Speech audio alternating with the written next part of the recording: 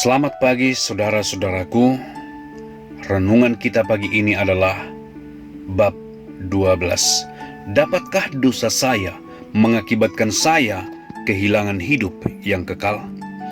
Ada yang berpikiran bahwa setelah percaya kepada Yesus Kristus, mereka harus memelihara kehidupan yang kekal dengan cara tidak berbuat dosa lagi. Ini pertanda bahwa mereka tidak mengerti apa arti dosa yang sebenarnya. Banyak orang, mungkin Nikodemus juga demikian, percaya bahwa dosa adalah satu perbuatan jahat atau satu tindak kejahatan. Oleh sebab itu, tidak sedikit yang berkata bahwa mereka adalah orang-orang yang baik karena mereka tidak membunuh, tidak menyakiti orang lain, tidak mencuri, atau melakukan perzinahan. Mereka pikir bahwa dosa adalah tindak kejahatan terhadap orang lain. Pemahaman ini dapat dimaklumi karena ini adalah pemahaman dunia tentang dosa.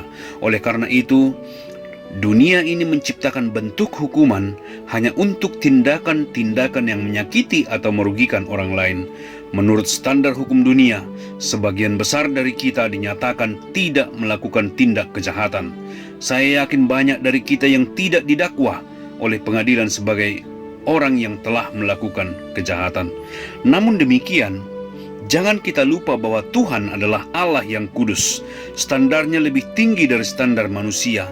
Allah bukan saja marah jika kita berbuat jahat, tetapi Allah juga marah ketika kita tidak melakukan apa yang baik yang seharusnya kita lakukan.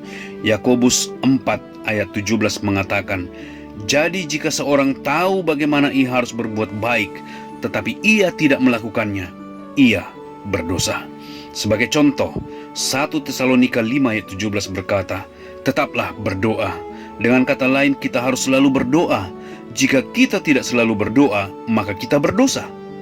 Semua kita tahu bahwa hukum Allah yang kelima berkata agar kita menghormati orang tua. Keluaran 20 ayat 12.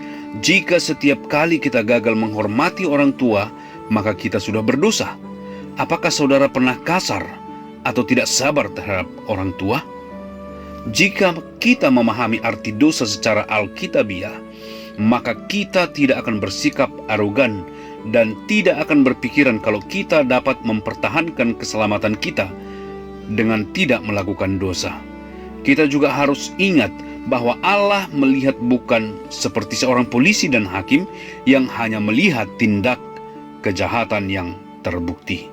Allah melihat pikiran di kepala kita, nafsu di mata kita, kebohongan yang halus dalam kata-kata kita, kesombongan hati kita, dan kejahatan yang tidak terlihat yang kita lakukan di tempat tersembunyi secara pribadi. Yesus di dalam Matius 5 ayat 28 mengatakan, "Setiap orang yang memandang perempuan serta menginginkannya sudah berzinah dengan dia di dalam hatinya." Kalau Tuhan menganggap semua ini adalah dosa, lalu bagaimana kita mempertahankan hidup kekal yang kita miliki dengan tidak berbuat dosa? Rasul Paulus sendiri dengan sangat jelas menggambarkan perjuangannya terhadap dosa di dalam Roma 7 ayat 15 sampai 23 yang berkata, "Sebab apa yang aku perbuat, aku tidak tahu. Karena bukan apa yang aku kehendaki yang aku perbuat, tetapi apa yang aku benci, itulah yang aku perbuat. Jadi jika aku perbuat apa yang tidak aku kehendaki, aku menyetujui bahwa hukum Taurat itu baik. Kalau demikian bukan aku lagi yang memperbuatnya, tetapi dosa yang ada di dalam aku. Sebab aku tahu bahwa di dalam aku, yaitu di dalam aku sebagai manusia, tidak ada sesuatu yang baik. Sebab kehendak memang ada di dalam aku, tetapi bukan hal berbuat apa yang baik. Sebab bukan apa yang aku kehendaki yaitu yang baik yang aku perbuat, melainkan apa yang tidak aku kehendaki, yaitu yang jahat yang aku perbuat.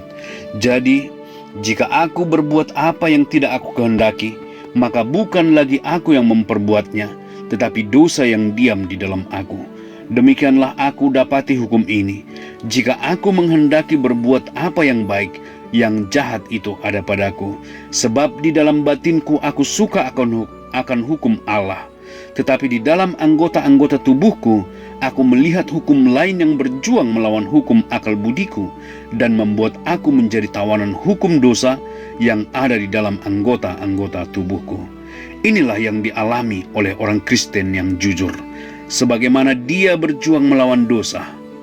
Ingat, kita memiliki hidup yang kekal hanya karena pekerjaan sempurna dari Juru Selamat yang sempurna. Kita tidak bisa mendapatkan hidup yang kekal atau mempertahankan hidup yang kekal dengan usaha kita sendiri. Oh, celakalah aku, orang yang berdosa. Usaha manusia tidak ada hubungannya dengan hidup yang kekal. Terima kasih saudara-saudaraku sudah mendengarkan. Sampai berjumpa esok hari. Tuhan memberkati.